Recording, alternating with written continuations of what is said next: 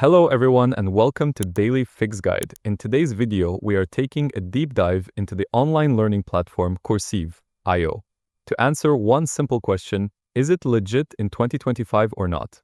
So I've looked into the platform, its courses, and what real users are saying to give you a full review with proof. So without wasting any more time, let's jump in. So firstly, let's break down what Coursive actually is. Because it is different from other platforms. It's not a site like Udemy or Coursera where instructors upload their courses directly. Instead, Coursive is an aggregator.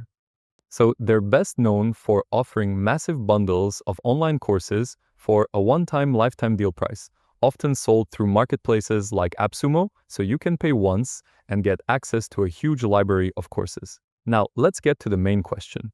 Is it a legitimate platform? So the short answer is yes. Coursive.io is a legitimate company.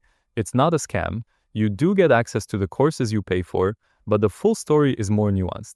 So let's start with the good parts first. The value for money is incredible. This is the biggest draw. For a single, often low price, you can get lifetime access to hundreds, sometimes even thousands of courses. So for the sheer volume of content, the price is almost impossible to beat. Second, there is a huge variety of topics because they bundle courses from so many different sources. You can find videos on. Now, once you're logged in, look for a menu that is called Connected Devices or DHCP Clients, something like that. When you click on that option, a list of every device on your Wi-Fi, often with a unique name and MAC address, will be displayed. The names will be different on different routers, so you might have to search for it a little bit.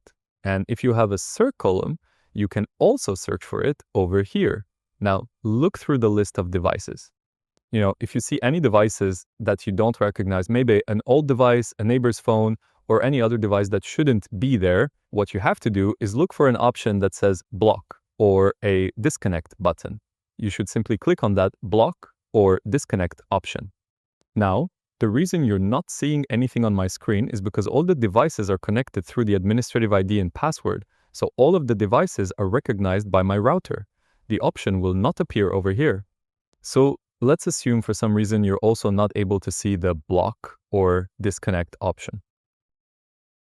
You can directly click on the DMG to install the application. Let me show you how it is done.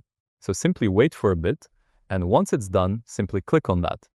Then, the circled method is the easiest and the most secure thing to do. Simply change your Wi-Fi password. Now, in your router settings, find the option that says wireless or WAN, or just simply Wi-Fi, something like that.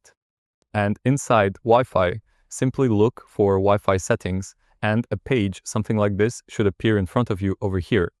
There should be a lot of information like 2, 4 GHz or 5 GHz, whatever type of Wi-Fi you're using. So over here, just take a look. You should be able to see a pre-shared key like this, which is your password. So now simply remove this over here and enter your new password, whatever you want, and then click on the save option.